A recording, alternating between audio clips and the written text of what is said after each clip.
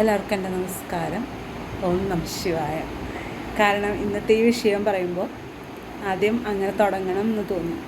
കാരണം പ്രാർത്ഥിച്ചാൽ എങ്ങനെയാണ് ഫലം കിട്ടുക അല്ലേ? എല്ലാവരും പ്രാർത്ഥിക്കണം എന്തിനാണ്? ഫലം കിട്ടാൻ. എന്ത് ഫലം കിട്ടണം? നമ്മൾ പറയുന്ന കാര്യങ്ങളൊക്കെ ഭഗവാൻ നടത്തി തരണം. അതിനാണ് നമ്മൾ പ്രാർത്ഥിക്കുന്നത് അല്ലേ? അപ്പോൾ ഇങ്ങനെ ചെയ്യുമ്പോൾ, ഇങ്ങനെ നമ്മൾ പലതും പറഞ്ഞു പ്രാർത്ഥിക്കുമ്പോൾ നമുക്ക് പലപ്പോഴും പല ഗുണങ്ങളും കിട്ടാറില്ല എന്നുള്ളതും സത്യമാണ്. പിന്നെ പല പല കാര്യങ്ങൾ സംഭവിക്കാറുണ്ട്. അപ്പോൾ ഒക്കെ നമ്മൾ ദൈവത്തിനെ കുറ്റം പറയും ഇല്ലേ? അപ്പോൾ അതിലേക്ക് നമുക്ക് വരാം. ഇപ്പോൾ ഞാൻ പ്രധാനമായിട്ടും ഇങ്ങനൊരു വീഡിയോ ചെയ്യാനുള്ള കാര്യം, കുറച്ചധികം നാളുകളായി ഇതിനെപ്പറ്റി പറയണ്ടേ എന്നുള്ളൊരു ആശങ്ക എൻ്റെ മനസ്സിലുണ്ട്. അപ്പോൾ എൻ്റെ ഗുരുവിനായിട്ട് സംസാരിച്ചപ്പോഴും ആൾ എസ് ഒന്നും പറഞ്ഞില്ല, നോ ഒന്നും പറഞ്ഞില്ല. അപ്പോൾ എനിക്ക് മുമ്പ്, ഇപ്പോൾ ഒന്നല്ല, കുറേ നാൾ മുമ്പ് ആൾക്കാരുടെ ഓരോ സ്ഥലത്ത് ഓരോരുത്തരുടേതായ രീതികളെ കുറിച്ചിട്ടൊക്കെ ഇങ്ങനെ സംസാരിച്ചപ്പോൾ ഒന്നും പറഞ്ഞില്ല. അപ്പോൾ എനിക്ക് ഒരു ഗൈഡൻസ് തരിക എന്നുള്ളത് മാത്രമേ അദ്ദേഹം ചെയ്തിട്ടുള്ളൂ. പക്ഷേ എങ്കിലും എനിക്ക് തോന്നി, ഞാൻ ഗുരുനിന്ദൊന്നും കാണിക്കണമല്ല കേട്ടോ, ഒരിക്കലുമല്ല, ഇതിനെപ്പറ്റി 2 വാക്ക് പറയണമെന്ന് തോന്നി. കാരണം നമ്മുടെ യൂട്യൂബുകളിലും ഫേസ്ബുക്കിലും അങ്ങനെയും ഇങ്ങനെയും വാട്സപ്പിലും ഒക്കെ ആയിട്ടും ഓരോ മന്ത്രങ്ങൾ ചൊല്ലാനും ഓരോ പ്രാർത്ഥനകൾ പ്രാർത്ഥിക്കാനും നിങ്ങൾക്ക് ആ കാര്യം സാധിക്കും, ഈ കാര്യം സാധിക്കും എന്നൊക്കെ പറഞ്ഞിട്ട് ഓരോന്നിങ്ങനെ കാണാറുണ്ട്. അതിനനുസരിച്ച് ചെയ്യുന്നവരുണ്ട്. അതിനനുസരിച്ചിട്ട് ഞങ്ങൾ ചെയ്യണത് കറക്റ്റാണ്, അല്ലെങ്കിൽ ഓരോരുത്തരും ഓരോ കാര്യങ്ങൾ പറഞ്ഞു കൊടുക്കുന്നത് കാണുമ്പോൾ നമുക്ക് തോന്നും ശരിയായിരിക്കാം, അവർ ഒരുപാട് വർഷങ്ങളായിട്ട് ഭക്തന്മാരായിരിക്കാം, എല്ലാമായിരിക്കാം. ഈ ഭക്തന്മാരായിരിക്കുന്ന ആൾക്കാർ ആത്മീയതയുടെ കാര്യങ്ങളിൽ ഭക്തിയും ആത്മീയതയും കണക്റ്റഡ് ആണെങ്കിൽ പോലും ആത്മീയതയിലേക്ക് വരിക എന്ന് പറയുമ്പോൾ നമുക്ക് പ്രോപ്പറായിട്ടുള്ളൊരു ഗൈഡൻസ് കിട്ടണം. ഈ പ്രോപ്പറായിട്ടൊരു ഗൈഡൻസ് കിട്ടിയാൽ മാത്രമേ നമുക്ക് ആത്മീയതയിലേക്ക്, ഇത് പൂർണ്ണതയിലേക്ക് എത്താൻ സാധിക്കുകയുള്ളൂ എന്നാണ് എൻ്റെ ഒരു അനുഭവം. അല്ല എന്നുണ്ടെങ്കിൽ ഒരുപാട് പ്രശ്നങ്ങളുണ്ട്. അപ്പോൾ എനിക്ക് ഇങ്ങനെ, അതായത് നമ്മുടെ യൂട്യൂബുകളിലും മറ്റുള്ള സോഷ്യൽ മീഡിയകളിലൊക്കെ ഓരോരുത്തർ നിങ്ങളോട് ഓരോ കാര്യങ്ങൾ ഇങ്ങനെ പറയാറുണ്ട്. അതിൽ എനിക്ക് ഒരുവിധം കറക്റ്റായിട്ട് തോന്നിയിട്ടുള്ളത് കൈപ്പകശ്ശേരി ഗോവിന്ദൻ നമ്പൂതിരി എന്ന് പറയുന്ന ഒരു അദ്ദേഹമുണ്ട്. അദ്ദേഹത്തിൻ്റെ ചാനലിൽ അദ്ദേഹം പറയുന്ന കാര്യങ്ങൾ ഒരു കറക്റ്റായിട്ട് എനിക്ക് പലപ്പോഴും ഫീൽ ചെയ്തിട്ടുണ്ട്. പക്ഷേ ഞാനത് കണ്ടിന്യൂസ് ആയിട്ട് കാണാറില്ല. ഇടയ്ക്കൊക്കെ ഇങ്ങനെ കാണുന്നല്ലാതെ എപ്പോഴും കാണാറില്ല. എങ്കിലും അദ്ദേഹം പറയുന്ന കാര്യങ്ങളൊക്കെ ഒരുവിധമല്ല ഒക്കെ ശരി തന്നെയായിട്ടാണ്. അദ്ദേഹം ആരും മിസ്ലീഡ് ചെയ്യണില്ല, കറക്റ്റായിട്ട് കാര്യങ്ങൾ പറയുന്നുണ്ട്. അതെന്നൊക്കെ പറഞ്ഞാൽ ഞാനിപ്പോൾ ഇത് പറഞ്ഞു കഴിഞ്ഞിട്ടുണ്ടെങ്കിൽ നമുക്ക് പാരമ്പര്യം എന്ന് പറഞ്ഞിട്ടുണ്ടെന്നുണ്ടെങ്കിൽ നമുക്ക് പരമ്പരാഗതമായി സിദ്ധിച്ചിട്ടുള്ളത്, അതാണ് പാരമ്പര്യം എന്ന് പറയുന്നത്. അത് പരമ്പരാഗതമായി എല്ലാവർക്കും സിദ്ധികൾ കിട്ടും. അത് നല്ല സിദ്ധികളും ഉണ്ടാവാം, മോശസിദ്ധികളും ഉണ്ടാവാം. അപ്പോൾ പാരമ്പര്യമായി സിദ്ധിച്ചതെന്ന് പറയുമ്പോൾ അതിൽ ജാതി മതമൊന്നുമില്ല. അതിൻ്റെ അർത്ഥം ഇതാണ്. അപ്പോൾ അദ്ദേഹത്തിന് കിട്ടിയതാണ് അദ്ദേഹം പകർന്നതിന്. അദ്ദേഹത്തിൻ്റെ ഭാഗ്യം എന്ന് പറഞ്ഞാൽ നല്ല ഗുരുക്കന്മാരും അദ്ദേഹത്തിൻ്റെ ഇതിൽ തന്നെ നല്ല ഗുരുക്കന്മാരുടെ കീഴിൽ അദ്ദേഹം ഇതിനെ കുറിച്ചിട്ട് എനിക്ക് കാര്യമായിട്ടൊന്നും അറിയില്ല. അപ്പോൾ ആ നല്ല ഇതിൽ വന്നത് കൊണ്ടാണ് അദ്ദേഹം പറയുന്ന കാര്യങ്ങൾ കുറേ അല്ല ഒരുവിധം എല്ലാം കറക്റ്റായിട്ട് വരണത്. പക്ഷേ അത് കൂടാതെ ഇപ്പോൾ ഒരുപാട് പേര് പല രീതിയിലും പലതും പറഞ്ഞിട്ട് യൂട്യൂബിലും ഫേസ്ബുക്കിലൊക്കെ ഇടാറുണ്ട്. ഇതിടുമ്പോൾ എന്താ സംഭവിക്കണമെന്നറിയാമോ? ഇപ്പോൾ നമ്മൾ ഒരാളോട് വളരെ സമാധാനത്തിന് സംസാരിച്ചു കൊണ്ടിരിക്കുകയാണ്. എന്താ വിശേഷം, സുഖമല്ലേ, ഇപ്പം എവിടെയാണ്, എങ്ങനെയാണ് എന്നൊക്കെ നമ്മൾ ചോദിക്കും. ആ ചോദിക്കുന്ന രീതി നമ്മൾ ഭയങ്കര ഷൗട്ട് ചെയ്തിട്ട് എന്താ ഇവിടെ ഇങ്ങനെയൊക്കെ ചോദിച്ചു കഴിഞ്ഞിട്ടുണ്ടെങ്കിൽ നമ്മുടെ ബ്ലഡ് പ്രഷറും മാറി ശബ്ദവും അടയും, ഒച്ചെടുത്തിട്ട് അങ്ങനെ നമ്മുടെ ബോഡി ആകെ ചേഞ്ച് ആവും ഇല്ലേ? ഈ ബോഡി ഇങ്ങനെ ചേഞ്ചായിട്ട് നമുക്ക് വേണമെങ്കിൽ വയ്യാതെ വരെ ആവാം. ഇതാണ് പല കാര്യങ്ങളിലും സംഭവിക്കുന്നത്.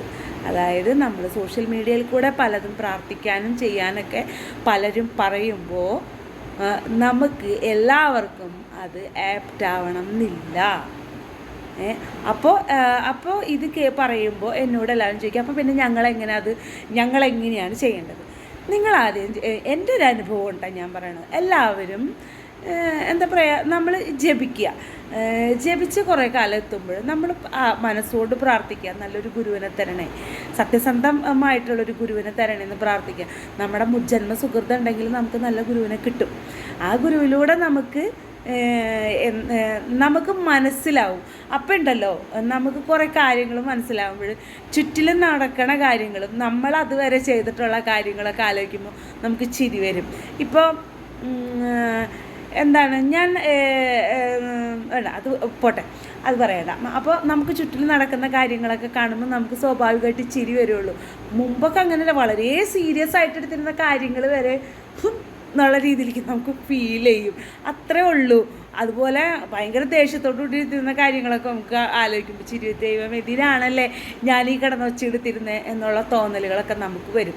അത് സ്വാഭാവികമായിട്ടും നമ്മളിൽ വന്നു ചേരും. അപ്പോൾ അതാണ് ശരിക്കും ഒരു ഭക്തി, ഒരു മനുഷ്യന് വേണ്ടത് അതാണ്. അതായത് നമ്മൾ ഒരു ഭൂമിയിൽ ജനിച്ച് വളർന്ന് ജീവിക്കുമ്പോൾ നമുക്കൊന്നിനോടും അമിതമായ ആസക്തി ഇല്ലാതെ ജീവിക്കാൻ സാധിക്കുക എന്നുള്ളതാണ് ഏറ്റവും വലിയ കാര്യം. അങ്ങനെ സാധിച്ചു കഴിഞ്ഞിട്ടുണ്ടെങ്കിൽ ഇന്ന് ഭൂമിയിൽ നടക്കുന്ന പല ദുഷ്പ്രവൃത്തികളും ക്രൂരതകളും ഒന്നും മനുഷ്യന്മാരിൽ ഉണ്ടാവില്ല. ആഗ്രഹങ്ങൾ ഇപ്പം ശ്രീബുദ്ധൻ്റെ ആണെന്നുണ്ട് 10 നിയമങ്ങൾ പറയുന്നുണ്ട്, നമ്മൾ ആഗ്രഹിക്കരുത്, ഒന്നിനെയും ആഗ്രഹിക്കാതെ ഒരു മനുഷ്യനാവണം എന്നുണ്ടെങ്കിൽ ആ മനുഷ്യൻ്റെ ചിന്തകൾ അത്രത്തോളം എത്തണം. ഇപ്പം 2 ദിവസം മുൻപ് ആത്മീയ പ്രഭാഷണം നടത്തുന്ന ഒരു വ്യക്തി ഒരു ചാനലിൽ പ്രശസ്തിയായിട്ടുള്ളൊരു സിനിമാ നടിയായിട്ടുള്ളൊരു കോൺവെർസേഷൻ ഞാൻ കണ്ടു. അപ്പോൾ അതിൽ പറയുന്നത് എന്താണ് ആത്മസമർപ്പണം എന്ന് ചോദിക്കുന്നുണ്ട്, ദൈവത്തിനുള്ള ആത്മസമർപ്പണം എന്ന് ചോദിക്കുന്നുണ്ട്. അപ്പോൾ ചോദിക്കുമ്പോൾ ഇദ്ദേഹം പറഞ്ഞു കൊടുക്കുന്ന പല മറുപടികളും ആ ആത്മസമർപ്പണത്തിൻ്റെ അടുത്തേക്ക് എത്തണില്ല. ഇദ്ദേഹം പറയണെന്താണ്, നമ്മൾ ചെയ്യുന്ന പ്രവൃത്തികളെല്ലാം ഭഗവതിക്കുള്ളതായിട്ട് അല്ലെങ്കിൽ കൃഷ്ണനുള്ളതായിട്ട് സമർപ്പിക്കാൻ. ഓക്കെ, ശരി, സർവം കൃഷ്ണാർപ്പണം വസ്തു എന്ന് നമുക്ക് പറയാം, അതിൽ തെറ്റില്ല. പക്ഷേ നമ്മളായ അവസ്ഥയിലേക്ക് എത്തണം എന്നുണ്ടെങ്കിൽ വെറുതെ സർവം കൃഷ്ണാർപ്പണം വസ്തു എന്ന് നമ്മൾ വിചാരിക്കാം, ചെയ്യാം. അപ്പോൾ അത് ഭഗവാൻ ആ രീതിയിൽ തന്നെ എടുക്കും. പക്ഷേ നമ്മൾ സമർപ്പണം വരിക എപ്പോഴാണെന്നറിയാമോ? അതായത് നമ്മളുടെ മുന്നിൽ നിൽക്കുന്ന ഓരോ മനുഷ്യജീവിയും ഓരോ ആൾക്കാരും ഞാനും അവരും ഒരിക്കലും വേറെയല്ല എന്ന് നമുക്ക് തിരിച്ചറിയുന്ന സമയമാണ് സമർപ്പണം പൂർണ്ണമാവുള്ളൂ. ഇത് ഞാൻ പറയണത് എത്രത്തോളം മനസ്സിലാവുണ്ടെന്ന് എനിക്ക് അറിഞ്ഞുണ്ട്. കാരണം അവരൊരു സിനിമാ നടിയാണ്. അവർക്ക് ഒരിക്കലും നമ്മുടെ മുൻപിൽ വന്നു നിൽക്കുന്ന ആൾക്കാരെ പെട്ടെന്നൊന്നും ഞാനും അവരും ഒന്നാണെന്ന് വിചാരിക്കാൻ അവർക്ക് സാധിക്കില്ല. കാരണം അതെനിക്ക് സാധിക്കില്ല എന്ന് എനിക്ക് മനസ്സിലായത് ഒരൊറ്റ കാര്യമുള്ളൂ. അവർ പറഞ്ഞ ഒരു എക്സാമ്പിൾ പറഞ്ഞാണ്, പ്രാർത്ഥിക്കുന്ന സമയത്ത് പെട്ടെന്ന് മുഴുവനോടെ നമ്മൾ അയ്യോ ദോശമാവ് വരയ്ക്കണ്ടേ അങ്ങനത്തെയൊക്കെ ചിന്ത വരുന്നതാണ് പറയണത്. അപ്പം നമുക്ക് പൂർണ്ണമായ സമർപ്പണം വരുന്നുണ്ടെങ്കിൽ നമ്മളെന്താണ് എല്ലാ സമഭാവനയോടു കൂടി കാണാം. പിന്നെ വേറൊരു സംഭവമുണ്ട്, അത് എനിക്ക് പറയാനായിട്ടുള്ള ഇതെനിക്കില്ല, ഞാൻ പറയാൻ പാടില്ലാത്ത കുറച്ച് കാര്യങ്ങളുണ്ട്, അത് ഞാൻ പറയണില്ല. അപ്പോൾ ഞാനും പഠിച്ചു വരുന്നേ ഉള്ളൂ. കാരണം ഞാൻ 10-15 വർഷമായിട്ടുള്ളൂ ഇതൊക്കെ ഒന്ന് പഠിക്കാൻ തുടങ്ങിയിട്ട്. അപ്പോൾ അതിൻ്റെ പേരിൽ എന്തൊക്കെ പറയണം എന്തൊക്കെ പറയണ്ട എന്നുള്ളത് എനിക്കറിയാം. അപ്പോൾ ഞാൻ പറഞ്ഞു കഴിഞ്ഞാൽ ഇത്രയേ ഉള്ളൂ, നമ്മുടെ മുമ്പിൽ നിൽക്കുന്ന ആൾക്കാരെ സമഭാവനയോടുകൂടി നമുക്ക് എപ്പോൾ കാണാൻ കഴിയുന്നു അപ്പോൾ നമ്മുടെ ആത്മസമർപ്പണം തുടങ്ങിയായി എന്ന് പറയാൻ പറ്റും. അപ്പോഴും നമുക്കൊരു പൂർണ്ണതയിലേക്ക് എത്താൻ പറ്റുള്ളൂ. അല്ലാത്തടത്തോളം കാലം എന്ത് നമ്മൾ ചെയ്തു കഴിഞ്ഞാലും നമുക്ക് പൂർണ്ണതയിലേക്ക് എത്താൻ പറ്റില്ല. സമഭാവനയോടുകൂടി കാണണം എന്ന് പറഞ്ഞിട്ടുണ്ടെങ്കിൽ ഭഗവാൻ കൃഷ്ണനും ഞാനും ഒന്നാണ് എന്ന് ചിന്തിക്കാൻ എപ്പോൾ പറ്റുന്നു അപ്പോഴാണ് അത് ഏറ്റവും ഹൈ പൊസിഷനിൽ അവിടെ നിന്ന് തുടങ്ങി ചിന്തിക്കുമ്പോൾ നമുക്ക് മനസ്സിലാവും. ഇപ്പം എൻ്റെ അമ്മ ഇന്ന് രാവിലെ വിളിച്ചിട്ട് മുകളിലിരിക്കുന്ന ഭഗവാനെല്ലാം കാണുന്നുണ്ട് എന്ന് പറഞ്ഞ്, ഭഗവാൻ മുകളിലാണ് എന്ന് വിചാരിക്കുന്ന ഒരു കൂട്ടം ആൾക്കാർ ഇപ്പോഴും ഉണ്ട്, ഭഗവാൻ മുകളിലല്ല. അപ്പോൾ അതൊക്കെ എല്ലാവർക്കും അറിയണ കാര്യങ്ങളാണ്, ഞാൻ വെറുതെ പറഞ്ഞെന്നുള്ളൂ. അപ്പോൾ നമ്മൾ സമഭാവനയോടുകൂടി എപ്പോഴും കാണാൻ തുടങ്ങുക, അപ്പോൾ സമർപ്പണം വരും. ഈ ആത്മസമർപ്പണം നമുക്ക് വരുമ്പോഴാണ് നമ്മുടേതായ കാര്യങ്ങൾ, അതായത് ലൗകികമായിട്ടുള്ള ചിന്തകളും കാര്യങ്ങളൊക്കെ നമുക്ക് വേണ്ടതുണ്ടെന്നുണ്ടെങ്കിൽ നമ്മൾ പോലും അറിയാതെ നമ്മളുടെ ഇതിലേക്ക് സംഭവിക്കുമ്പോൾ നല്ല രീതിയിൽ നടന്നു വരും. പക്ഷെ ഇതൊക്കെ നല്ല രീതിയിൽ നടക്കുമ്പോഴും നമുക്ക് ഇതിനോടൊന്നും ഒരു താല്പര്യമില്ലാത്തൊരവസ്ഥയിലേക്കാവും നമ്മൾ. അങ്ങനെയും വരും. പിന്നെ പല കാര്യങ്ങളും എന്താണ്, നമുക്ക് കുറേ കഷ്ടതകൾ വരും.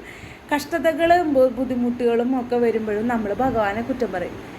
ഇത്രയൊക്കെ ഞാൻ പ്രാർത്ഥിച്ചിട്ടും ഇത്രയൊക്കെ ചെയ്തിട്ടും എനിക്ക് എന്തിനാണ് ഇങ്ങനെ എന്ന് പറയും. പക്ഷെ നമ്മൾ പ്രാർത്ഥിക്കുമ്പോഴും നമ്മൾ ഓരോ കാര്യങ്ങൾ ചെയ്യുമ്പോഴും ഞാൻ എപ്പോഴും എല്ലാ വീഡിയോയിലും പറയാനുള്ള ഒരേ ഡയലോഗ് തന്നെ, നമ്മുടെ കർമ്മഫലത്തിൻ്റെ കാഠിന്യങ്ങൾ കുറയും. നമ്മൾ സത്കർമ്മത്തിൻ്റെ കർമ്മങ്ങൾ അനുഭവിക്കണം. നമ്മൾ ചെയ്തിട്ടുള്ള ദോഷകർമ്മത്തിൻ്റെ കർമ്മഫലങ്ങളും നമ്മൾ അനുഭവിച്ചും കൊണ്ടേയിരിക്കും ഇല്ലേ. ഇപ്പോൾ ഇന്നൊരു സംഭവം ഉണ്ടായി. എനിക്ക് വളരെ അടുത്ത പരിചയമുള്ളൊരു കുട്ടിയോട് ഞാൻ പറഞ്ഞു, ഒരു ദിവസം ഞാൻ വ്രതം എടുത്ത് എങ്ങനെയാ വെച്ചിട്ടുണ്ടെങ്കിലും മൗനവ്രതം എടുത്തിട്ട് ഏകാശിക്ക് ഞാൻ മൗനവ്രതം എടുത്തു എന്ന് പറഞ്ഞപ്പോൾ ആ കുട്ടി വരെ ഞെട്ടിപ്പോയി. കാരണം അവരൊക്കെ കാണുമ്പോൾ ഞാൻ നല്ലപോലെ സംസാരിക്കും. പക്ഷെ ഞാൻ മിണ്ടാതിരിക്കുന്ന സമയത്താണെങ്കിൽ ഒരു ദിവസം ഫുള്ള് മിണ്ടാതിരിക്കാനും സാധിക്കാറുണ്ട്. ചിലപ്പോൾ 2 ദിവസം മുഴുവനും മിണ്ടാതിരിക്കാനൊക്കെ എനിക്ക് പറ്റും. ചില സമയത്ത് ഫോൺ പോലും എനിക്ക് സംസാരിക്കാൻ പറ്റാത്തൊരു സ്റ്റേജിലേക്ക് ഞാൻ വരാറുണ്ട്. അപ്പം ഞാൻ പറഞ്ഞു വന്നത് എന്താണെന്ന് വെച്ചിട്ടുണ്ടെന്നുണ്ടെങ്കിൽ, നമ്മൾ ഈ യൂട്യൂബുകളിലും മറ്റുള്ള ഇതിലുമൊക്കെ ഒരുപാട് ആൾക്കാർ പ്രാർത്ഥിക്കാനും മറ്റൊന്നും മറിച്ചതൊക്കെ പറയുമ്പോൾ നിങ്ങൾ ബേസിക്കായിട്ട് ചെയ്തു വരുന്ന കാര്യങ്ങൾ സ്ട്രോങ് ആക്കുക എന്നുള്ളതാണ് എനിക്ക് പറയാനുള്ളത്. അതായത് നമ്മൾ രാമനാമ ആയാലും ശിവഭജനായാലും ദേവീര ഭജനായാലും കൃഷ്ണൻ്റെ ആയാലും സുബ്രഹ്മണ്യ സ്വാമിയുടെ ഭജനമായാലും എന്ത് ഭജനമായാലും നമ്മൾ ചെയ്തുകൊണ്ടിരിക്കുന്ന ഭജനം നമ്മൾ പ്രാർത്ഥിക്കുന്ന ക്ഷേത്രത്തിൽ പോയിട്ട് നമ്മുടെ ജപം സ്ട്രോങ് ആക്കുക. അത് സ്ട്രോങ് ആയി വരുമ്പോഴാണ് നമ്മളിലേക്ക് ബാക്കി കാര്യങ്ങളെല്ലാം വന്നു ചേർന്നോളൂ. പിന്നെ ഒരു കാര്യം, നമ്മളെല്ലാത്തിനും ഫേസ് ചെയ്യാൻ തയ്യാറാവണം അല്ലേ. ഫേസ് ചെയ്യാൻ തയ്യാറായിട്ടുണ്ടെന്നുണ്ടെങ്കിൽ നമുക്ക് വലിയ ബുദ്ധിമുട്ടില്ലാണ്ട് നമുക്ക് ജീവിക്കാൻ പറ്റും. കാരണം ഇപ്പോൾ ഈ ജീവിതത്തിൽ ഇന്നത്തെ ഒരു ദിവസം എനിക്ക് കുറച്ച് സംഭവങ്ങൾ ഫേസ് ചെയ്യേണ്ടതുണ്ടായിട്ടുണ്ട്. അത് ഞാൻ ഫേസ് ചെയ്യാതെ എനിക്ക് അടുത്ത ദിവസത്തിലേക്ക് കിടക്കാൻ പറ്റില്ല. അപ്പോൾ നമ്മളത് ഫേസ് ചെയ്തിട്ട് തന്നെയാണ് പിറ്റത്തെ ദിവസത്തിലേക്ക് പോയിക്കൊണ്ടിരിക്കുന്നത്. അപ്പോൾ അതൊക്കെ യാഥാർത്ഥ്യങ്ങളാണ്. അപ്പോൾ ചോദിക്കും, ദീപയ്ക്ക് ഇങ്ങനെയൊക്കെ ഇരുന്ന് പറയാം, അനുഭവിക്കുന്നവർക്കല്ലേ അറിയുള്ളൂ എന്ന് പറയും. ഞാനും ഇതേ ഡയലോഗുകൾ മുമ്പ് പറഞ്ഞിട്ടുള്ളൊരു വ്യക്തി തന്നെയാണ്. എൻ്റെ ഗുരുവിൻ്റെ അടുത്ത് പോലും ഞാൻ പറഞ്ഞിട്ടുണ്ട്, പറയാൻ എളുപ്പമാണ് സ്വാമി, പക്ഷേ അത് പ്രാവർത്തികമാക്കാനുള്ള ബുദ്ധിമുട്ട്. അന്ന് അദ്ദേഹം ചിരിക്കുകയാണ് ചെയ്തിട്ടുള്ളത് വർഷങ്ങൾക്ക് മുമ്പ്. പക്ഷേ ഇപ്പം ഞാനും ചിരിക്കുന്നു. കാരണം ആ ദിവസവും എൻ്റെ കടന്നു പോയിട്ടുണ്ട്. ആ ദിവസവും കഴിഞ്ഞിട്ട് പിറ്റേ ദിവസവും വന്ന് ഇത്രയും ദിവസങ്ങൾ എത്തിയിട്ടുണ്ട്. അപ്പം ഞാൻ എന്തിനാണ് അതിനെപ്പറ്റി വ്യാകുലപ്പെട്ടതെന്ന് ഞാൻ പലപ്പോഴും ചിന്തിക്കാറുണ്ട്. അപ്പോൾ എനിക്ക് ഇത്രയേ എല്ലാവരോടും പറയാനുള്ളൂ. യൂട്യൂബിൽ കൂടെ ഫേസ്ബുക്കിൽ കൂടെ ഒരുപാട് ചേട്ടന്മാരും ഒരു ചേച്ചി സ്ഥിരമായിട്ട്, ആ ചേച്ചിനെ ഞാൻ കുറ്റം പറഞ്ഞു, അത് ഒരു സാധു സ്ത്രീയാണത്. എനിക്ക് പലപ്പോഴും തോന്നിയിട്ടുണ്ട് ഒരു സാധുവാണ്. അത് ഇങ്ങനെ അതിൻ്റെ ചിരിയും വർത്താനൊക്കെ കേൾക്കുമ്പോൾ എനിക്ക് പലപ്പോഴും തോന്നിയിട്ടുണ്ട്, പാവം അതെന്തെല്ലാം കർമ്മഫലങ്ങളാണ് ഭഗവാൻ വാങ്ങിച്ചു വെക്കണതെന്ന് ഇങ്ങനെ ഞാൻ ചിന്തിക്കാറുണ്ട്. അതിനറിയില്ല, പാവം പോട്ടെ. അപ്പം ഞാൻ അറിവുള്ള ആളാണെന്നല്ല കേട്ടോ പറയണത്, കുറച്ചൊക്കെ അറിയാം. എൻ്റെ ഗുരുവിൻ്റെ ഒരു ശിക്ഷണത്തിൽ പോകുന്നത് കൊണ്ട് ഞാൻ നല്ല രീതിയിലേക്ക് എനിക്ക് എത്താൻ പറ്റുന്നുള്ളൊരു ദൈവാനുഗ്രഹം. എന്നാലും കളിയാക്കരുതേ, ഞാൻ അഹങ്കാരി ഒന്നുമല്ല കേട്ടോ, ഞാൻ പാവം തന്നെയാണ്. അപ്പോൾ ഇത്ര എനിക്ക് പറയാനുള്ളൂ. നിങ്ങൾ ഇതൊക്കെ കേൾക്കുമ്പോഴും പറയുമ്പോഴും നിങ്ങൾ നിങ്ങളുടേതായ അമ്പലങ്ങളിലോ ക്ഷേത്രങ്ങളിലോ അല്ലെങ്കിൽ വീടുകളിലോ ഇരുന്നിട്ട് നിങ്ങൾ ബേസിക്കായിട്ടുള്ള നാമജപങ്ങൾ ജപിച്ചുകൊണ്ടിരിക്കുക. അത് ജപിച്ച് കുറേ കാലം എത്തുമ്പോൾ നമുക്കൊരു പരുവപ്പെടുന്ന സമയമാകുമ്പോൾ ഈ പറയുന്നതെല്ലാം നമുക്ക് സംഭവിക്കും. അല്ലെങ്കിൽ ഏതെങ്കിലും അമ്പലത്തിൽ പോയിട്ട് ഞാൻ പറഞ്ഞ പോലെ നല്ലൊരു ഗുരുവിനെ കിട്ടാൻ പ്രാർത്ഥിക്കുക, അങ്ങനെയൊക്കെ ചെയ്യുക. അപ്പോൾ ഓട്ടോമാറ്റിക്കലി നമ്മുടെ കാര്യങ്ങളെല്ലാം തെളിഞ്ഞു വരും. അല്ലാതെ ഒന്നിൻ്റെ പിറകെ പോയിട്ട് അത് കാര്യമായിട്ട് കിട്ടും എന്ന് ആഗ്രഹിച്ച് നിൽക്കരുത്. ഇപ്പോൾ ഒരുപാട് അമ്മമാരൊക്കെ പ്രാർത്ഥിച്ച് അവർ ലളിത സഹസ്രനാമം എല്ലാവരും പ്രാർത്ഥിക്കുന്നവരും ചെയ്യുന്നവരൊക്കെ ആയിരിക്കും. പിന്നെ പ്രധാനമായിട്ടും അമ്പലങ്ങളിൽ കൊണ്ടുപോയിട്ട് നാളികേരം ഉടയ്ക്കുന്ന പരിപാടിയുണ്ട്. നിങ്ങളാരും അധികം ചെയ്യാൻ പാടില്ല എന്നേ ഞാൻ പറയുള്ളൂ. കാരണം ഇപ്പോൾ ഇത് പറയുമ്പോൾ എൻ്റെ അടുത്തേക്ക് ദേവസ്വം ബോർഡുകാരൊക്കെ തല്ലാൻ വരുമോ എന്ന് എനിക്കറിയില്ല. എങ്കിലൊരു യാഥാർത്ഥ്യം പറയാം. നമ്മൾ ചുറ്റുപാട് നടക്കുന്ന കാര്യങ്ങൾ പഠിച്ചിട്ടാണ് ഇതിനെപ്പറ്റി പറയുന്നത്. അപ്പോൾ എൻ്റെ അറിവിലുള്ളൊരു വീട്ടിൽ ആഴ്ചയിൽ ഒരു ദിവസം അല്ലെങ്കിൽ മാസത്തിൽ 3 ദിവസമെങ്കിലും പോയി നാളികേരം ഉടയ്ക്കുന്ന ഒരു വ്യക്തി ഉണ്ടായിരുന്നു. അവസാനം അവരുടെ വീടടക്കാൻ നിന്നിരുന്ന സ്ഥലത്തു നിന്ന് പോയി എന്നുള്ളതാണ്. ആ ഏരിയയിൽ നിന്ന് തന്നെ ഒരാൾ പോലും ഇല്ലാതെ ആ നാട്ടിൽ നിന്ന് തന്നെ അവർക്ക് പോകേണ്ടി വന്നു എന്നുള്ളതാണ്. അത് അവരുടെ മക്കളെ കുഴപ്പങ്ങളോ ആരെ കുഴപ്പങ്ങളോ അവരറിയണില്ല. അത് അപ്പം ഒരിക്കലും ഒരുപാട് നാളികേരം ഉടച്ചിട്ട് നമുക്ക് ഒന്നും നേടിയെടുക്കാൻ പറ്റില്ല.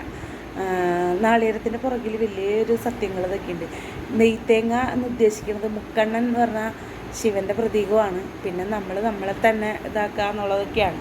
അപ്പോൾ അതൊക്കെ ഒന്ന് മനസ്സിലാക്കുക. എന്താ പറയുക, ഒരുപാട് നാളികേരം കൊണ്ട് ഉടയ്ക്കുമ്പോൾ നമ്മൾ എറിഞ്ഞ് ഉടച്ച് തകർക്കുന്നത് നമ്മളെ തന്നെയാണ്. നമ്മുടെ മനസ്സിനെ, നമ്മുടെ ശരീരത്തിനെയൊക്കെയാണ് എറിഞ്ഞ് ഉടയ്ക്കുന്നത്. നമ്മുടെ നല്ലതും പോകും അതിൽ കൂടെ. അപ്പോൾ ആ പരിപാടി എല്ലാവരും ചെയ്യാതിരിക്കുക.